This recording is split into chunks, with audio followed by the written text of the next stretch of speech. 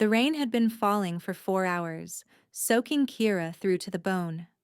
Her white hair stuck to her face and neck, and her pale skin had taken on a bluish hue from the cold.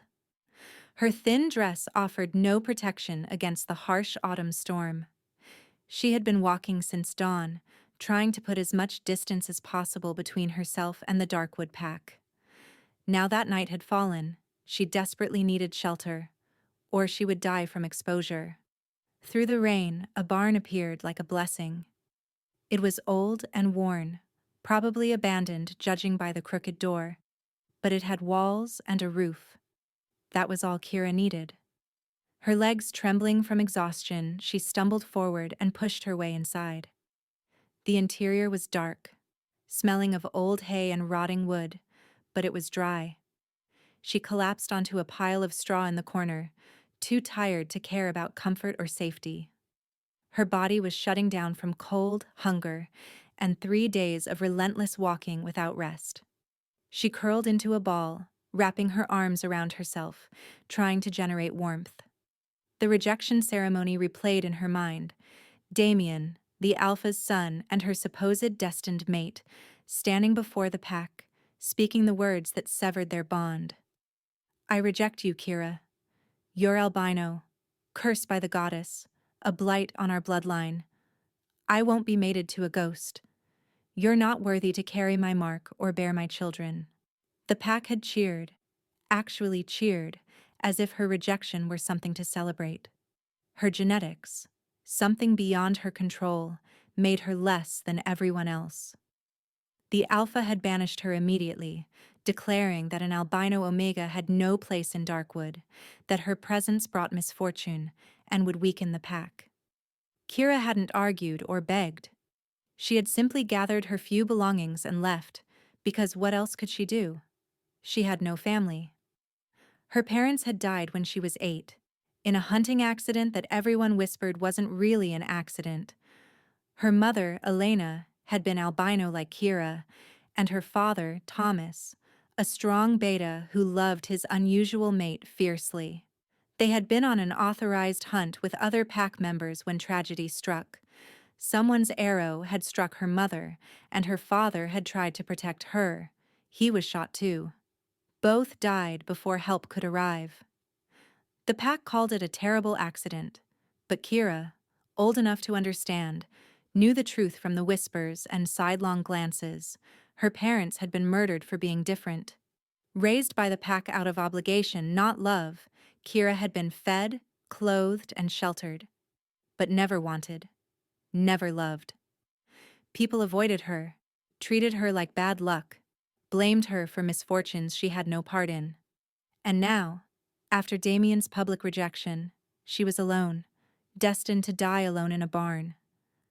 Maybe that was what she deserved. Maybe the pack was right. Maybe she was cursed.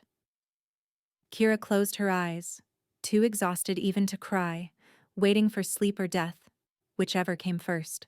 She awoke to warmth, not from the sun or a fire, but the warmth of living bodies pressed against her. Her eyes flew open, heart racing, and she found herself staring at a wolf. Massive, dark brown, with amber eyes watching her with gentle curiosity. It lay directly in front of her, close enough for her to feel its breath, radiating heat like a furnace. And it wasn't alone. Kira slowly lifted her head and looked around. 10 wolves surrounded her, enormous, lying in a circle like guardians of something precious. Some pressed against her, sharing warmth.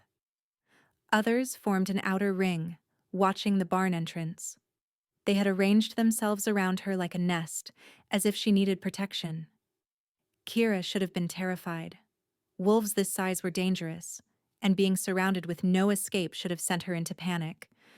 Yet she felt safe. More than safe. She felt at home, finally, after a lifetime of being lost.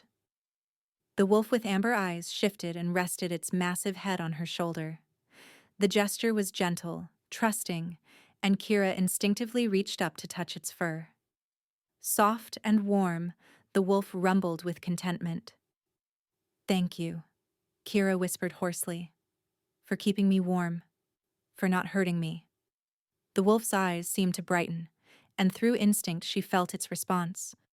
Not words, but emotion, acceptance, belonging, family. As dawn broke and light filtered through the barn's cracks, Kira examined her companions. They were varied. Gray, brown, almost black, differing in size and build. Yet all shared the same expression, recognition, as if they had been searching for her and finally found what they sought. She noticed their scars, missing fur, old injuries, one with a missing eye, another limping, a gray female with a twisted paw, a black male with muzzle scars from barbed wire. They were not perfect, powerful wolves. They were damaged, broken, just like her. Are you outcasts too? She asked softly to the amber-eyed wolf still on her shoulder. Is that why you found me? Because you recognized someone who doesn't belong anywhere? The wolf's tail wagged slowly, an unmistakable yes. Tears burned her eyes. These damaged, beautiful creatures had found her in the night and chosen to protect her. They didn't care she was albino. They didn't care she was rejected or banished. They had simply seen someone in need and given help freely. Can I stay with you? She whispered. Just for a while until I figure out where to go. The amber-eyed wolf lifted its head and licked her face. A clear answer. Yes.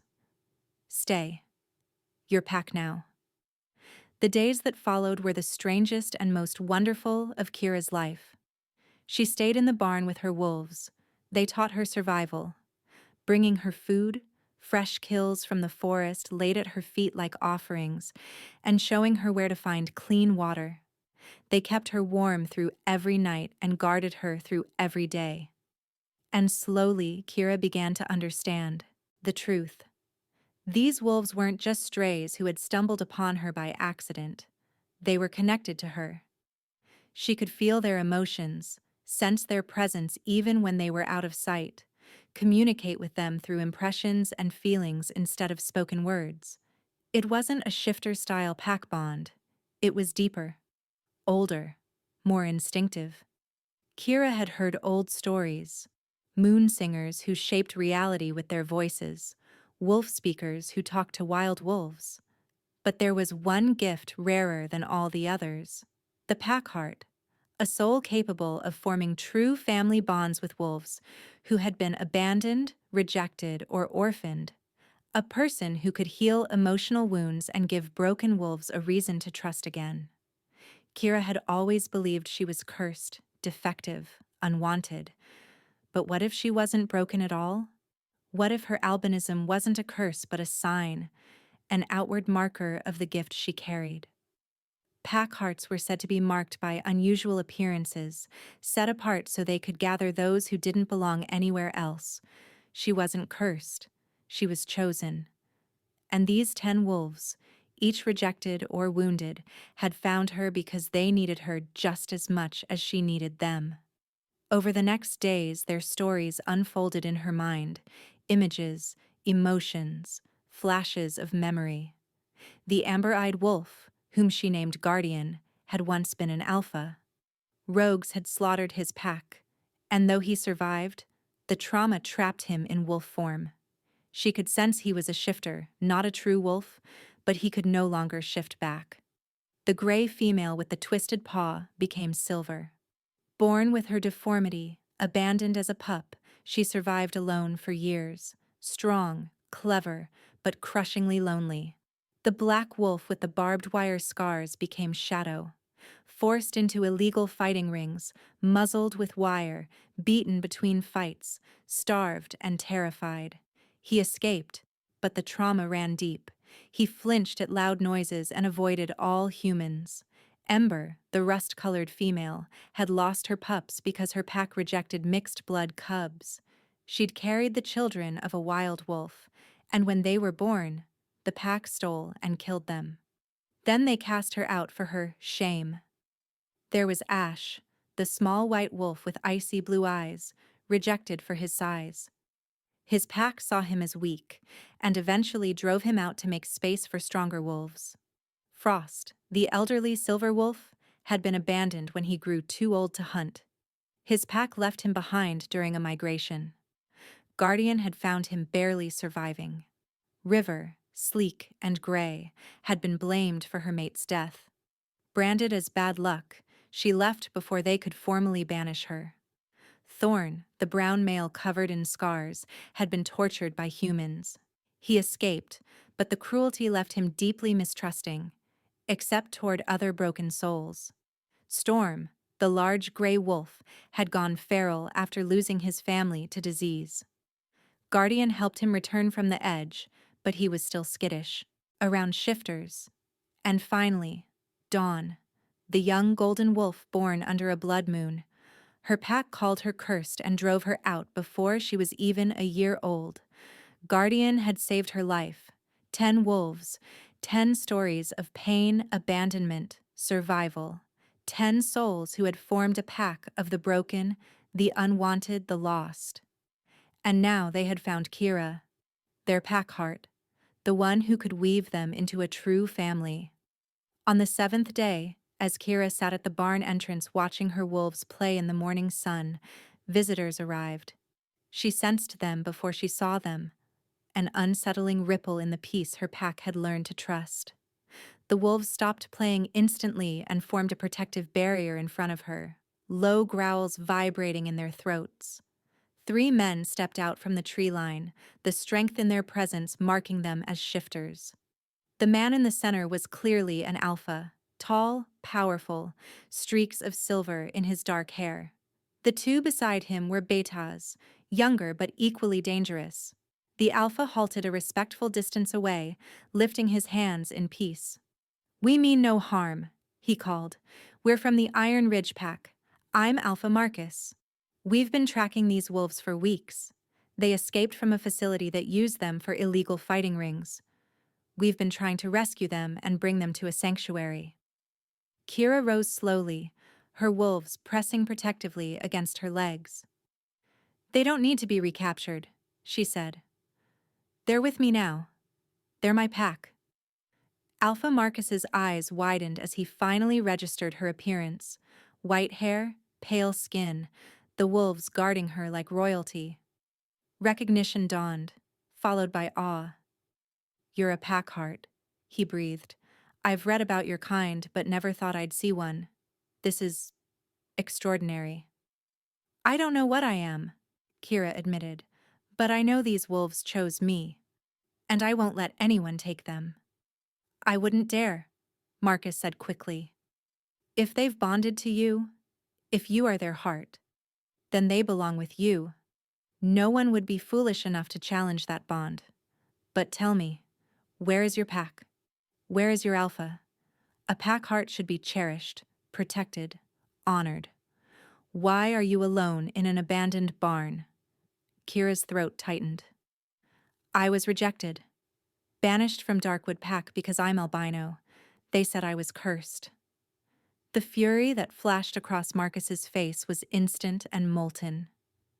They rejected a pack heart? Banished one of the rarest gifts the goddess ever made? What fools could be that blind? "They didn't know what I was," Kira said. "I didn't know either. My gift only awakened when I was alone, when I had nowhere left to go." One of the betas, kind brown eyes, sandy hair, stepped forward. "That's how pack heart gifts work," he said gently. "I'm Finn, Marcus's beta. I study rare abilities. A pack heart only awakens when the bearer is in true need, and meets souls who need them just as desperately. It activates through mutual need." The other beta, dark-haired with sharp green eyes, nodded. "I'm Cole, and Finn is right. You couldn't have awakened this gift while still in a pack, even a cruel one. It only appears when you're completely alone, and you find others who are alone too." Marcus shook his head slowly, disgust and disbelief mixing in his expression. "Darkwood has always been backward, but this is unforgivable. Tell me, Kira, do you have anywhere to go? Anyone who will take you in? No, she whispered. Just my wolves. Then come to Iron Ridge, Marcus said immediately. You and your pack. All of you. We have the space, the resources, and most importantly, the respect for gifts like yours. You would be honored among us, given a home, protection. Your wolves would receive proper medical care, good food, safety. You would all have family. Kira felt her heart leap at the offer. They kept her warm at night and guarded her during the day. Slowly, Kira began to understand what was happening. These wolves weren't random strays. They were bonded to her. She could feel their emotions, sense their locations even out of sight, and communicate with them through thoughts and feelings rather than words. It wasn't like a shifter pack bond. It was deeper, instinctive. Kira had heard legends of special wolves, moon singers who affected reality with their voice, wolf speakers who could communicate with wild wolves. But there was a rarer gift, the pack heart, someone who could create true family bonds with wolves who had been rejected, abandoned, or orphaned. Someone who could heal emotional wounds and give damaged wolves a reason to trust again. Kira had always thought she was broken, defective, cursed. But what if she wasn't? What if her albinism wasn't a curse, but a sign of the gift she carried? The pack heart was said to be marked by unusual appearance, someone meant to gather those who didn't fit anywhere else. She wasn't cursed. She was blessed. These 10 wolves, each rejected or damaged, had found her because they needed her as much as she needed them. Over the following days, she learned their stories through images and emotions. The amber-eyed wolf she named Guardian. He had been alpha of a small pack before rogues attacked, killing everyone he loved. He barely escaped, and trauma had left him unable to shift back to human form, though she could sense he was a shifter.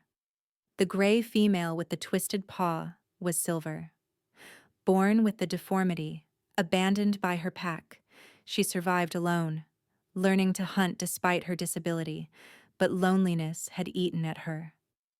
The black male with the scarred muzzle became Shadow. Used in illegal fighting rings, muzzled with barbed wire, beaten and starved, he escaped, but flinched at loud noises and avoided humans. There was Ember, a rust-colored female who lost her pups to a pack that didn't want, mixed blood cubs. Ash, a white wolf with ice-blue eyes rejected for being too small. Frost, an elderly silver wolf abandoned for age. River, a sleek gray female blamed for her mate's death. Thorn, a brown male scarred and tortured by humans. Storm, a large gray wolf who went feral after losing his family to disease. And Dawn, a young golden wolf born during a blood moon, declared cursed by her pack. 10 wolves, 10 stories of rejection and pain, 10 souls who formed a pack of the broken, the unwanted, the lost. And now they had found Kira, their pack heart, the one who could bind them into a true family. On the 7th day, Kira sat in the barn entrance, watching her wolves play in the morning sun when visitors arrived. She felt them before seeing them, a disturbance in the peaceful routine. The wolves stopped and formed a protective line. 3 men emerged from the tree line, shifters, powerful. The center one was clearly alpha, tall, commanding, dark hair streaked with silver. The 2 flanking him were Bitaz, younger but dangerous. The alpha stopped, raising his hands. "We mean no harm," he called. "We're from the Iron Ridge Pack. I'm Alpha Marcus. We've been tracking these wolves for weeks. They escaped from a facility holding them for illegal fighting rings. We want to bring them to a sanctuary for rehabilitation." Kira stood slowly, her wolves pressing closer. They didn't need recapturing. They were with her pack. Marcus's eyes widened as he took in her white hair, pale eyes, and the protective wolves around her. Recognition dawned, followed by awe. "You're a pack heart," he breathed. I've read about your kind, but never thought I'd meet one. This is extraordinary. I don't know what I am, Kira admitted. But these wolves chose me, and I won't let anyone take them. I have no intention of taking them, Marcus said quickly. If they've bonded to you as their heart, they belong with you. But where's your pack? Your alpha? A pack heart should be treasured, protected, honored. Why are you alone in an abandoned barn? Kira's throat tightened. I was rejected, banished from Darkwood Pack because I'm albino.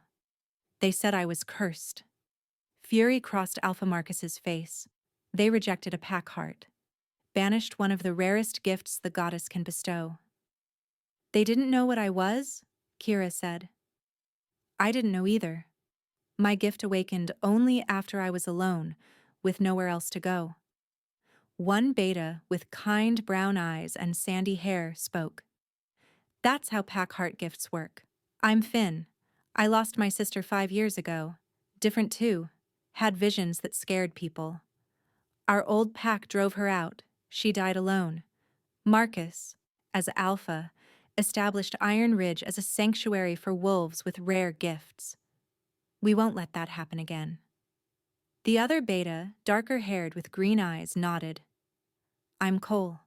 Finn's right. Gifts like yours awaken only when you're truly alone and meet others equally lost. Marcus shook his head. Darkwood has always been backwards, but this is unforgivable. Tell me, Kira, do you have anywhere to go? Anyone to take you in? No, she admitted. Just my wolves. Then come to Iron Ridge, Marcus said immediately. You and your pack. We have space, resources, and respect for gifts like yours. You'll be honored, protected, and your wolves will have medical care, good food, safety. You'll be family.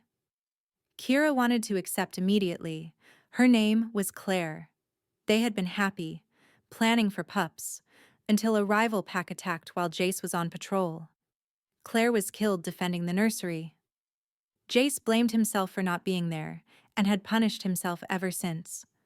It was Guardian who helped Kira understand the depth of Jace's pain. One evening, as she sat by the fire with her wolves, Guardian pressed his nose to her hand, sending images and memories that weren't hers but that he had absorbed from Jace during their brief interactions. A younger Jace, happy and in love, coming home to find the pack in chaos, discovering Claire's body as his wolf tried to take over, almost going feral with grief. Marcus had pulled him back, but Jace never fully recovered, existing rather than living, going through motions without feeling. He's like you were, Kira whispered to Guardian, broken and alone, convinced he doesn't deserve to heal. Guardian's tail wagged in agreement. Kira made a decision. If Jace wouldn't come to her, she would go to him. The next day, she found him on the training grounds, moving through combat drills with a violence that bordered on self-punishment. Every precise movement, every controlled strike, a way to channel emotional pain. She watched quietly for a moment, then called out, Jace, can we talk? He stopped mid-swing, turning to her, expression neutral. About what? About the fact that you're hurting and won't let anyone help you. I don't need help. I'm fine. You're not fine, Kira said gently. I can feel it. The grief, the guilt, the belief that you don't deserve to be happy. I understand it, because I felt the same way not long ago. I thought I was cursed, broken, unworthy of love or belonging. But I was wrong, and so are you. You don't know anything about me, Jace said, voice hard. I know you lost someone you loved, Kira continued, stepping closer. I know you blame yourself for not being there to protect her. You've been punishing yourself, keeping everyone at a distance, refusing to feel because feeling means remembering, and remembering hurts too much.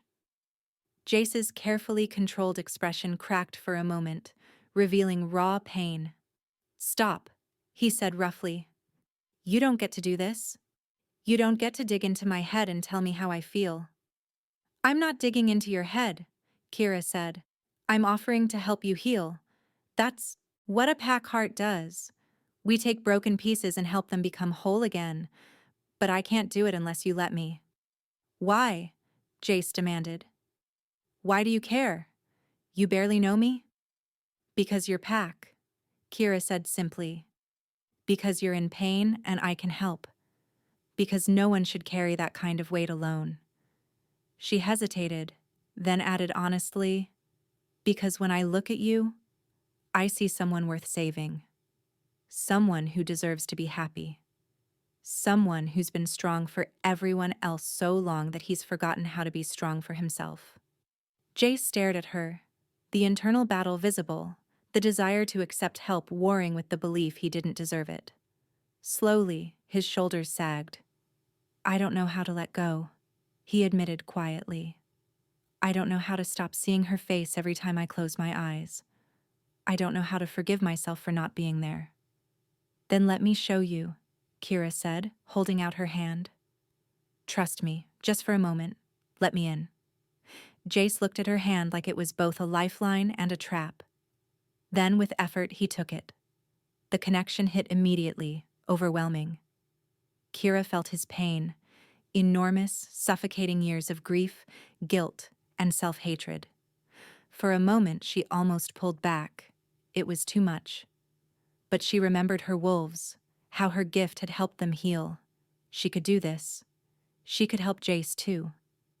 Kira closed her eyes and began to work, not removing the pain, but helping him process it, organize it, understand it.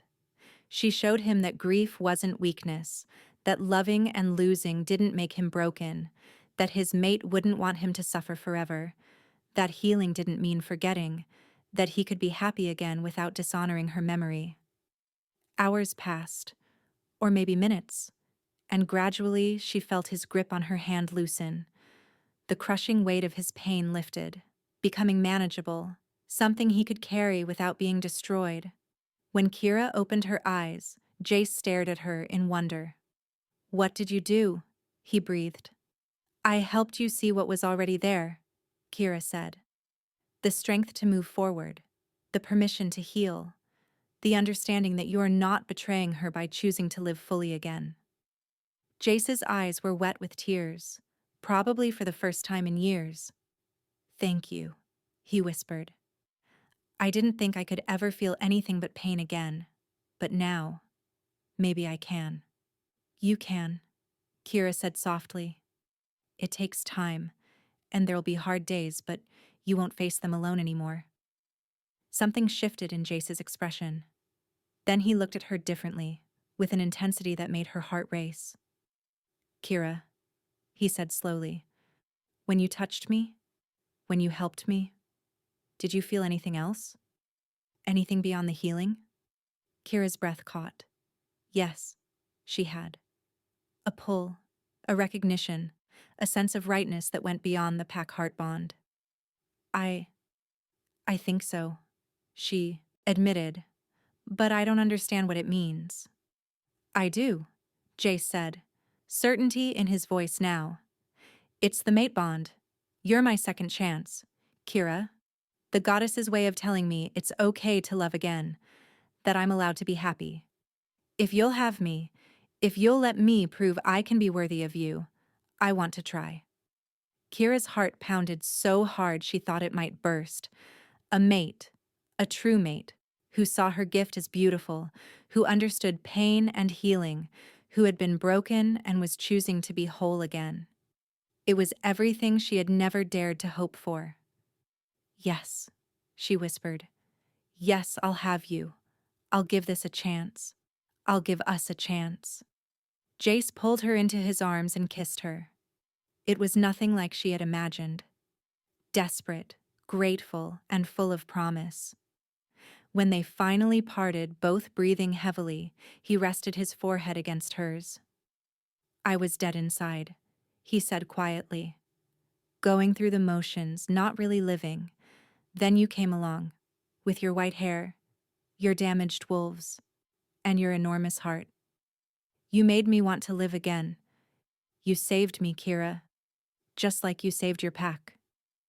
We saved each other, Kira corrected softly. That's what family does. 2 months later, the mating ceremony was held with the entire Iron Ridge pack in attendance. Kira wore a silver and white dress with flowers woven into her hair, and her 10 wolves stood in honor, witnessing the union of their pack heart and her mate. Guardian stood closest, amber eyes bright with approval. Silver positioned her twisted paw carefully. Shadow, no longer flinching at the crowd, held his head high.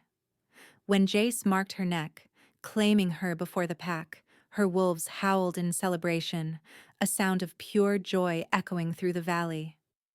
Even Storm, once feral, joined in, a voice full of healing and hope. Marcus, officiating, smiled broadly. Today, he announced, we celebrate not just a union between two individuals, but the healing love can bring.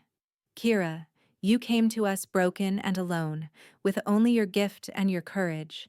You've given so much, helped so many, and built a family from pieces no one else wanted. Jace, you found your way back from darkness because of her light. Together, you're stronger than you were apart. May the goddess bless this union and all the healing it represents. As the pack celebrated, Kira danced with Jace under the full moon, her wolves resting nearby. She thought about how far she had come, from a rejected albino Omega hiding in a barn to Luna of Iron Ridge, honored, loved, and treasured. From believing she was cursed to understanding she was blessed, from alone to surrounded by family. She'd found shelter in a barn, and by morning, 10 wolves had slept around her like a nest. They had kept her warm, safe, and led her to where she truly belonged, not despite her differences, but because of them. Not in spite of being a packheart, but because of it. Years later, when young wolves came seeking guidance, feeling broken or different or alone, Kira would take their hands and tell them her story, how she'd been rejected for being albino, nearly died alone, and found family in the most unexpected place. She introduced them to Guardian, now recovered enough to shift into human form and serving as head of security for rejected wolves seeking sanctuary. To Silver, who became a tracker despite her disability, proving that different didn't mean less. To Shadow, who worked with traumatized rescue wolves, his scars a testament to survival. She would tell them that being different wasn't a curse, that gifts often came wrapped in forms others didn't understand, that wolves who rejected you were making room for the pack that would accept you, and that sometimes the greatest strength came not from being perfect, but from being perfectly yourself. Your brokenness isn't a flaw, she'd tell them, echoing the lesson she learned. It's a map to finding others who understand. It's a gift that lets you help those who hurt the way you hurt. Her pack heart gift didn't make her special. It made her useful to those who needed her, and in helping them, she found the family she had been missing all along.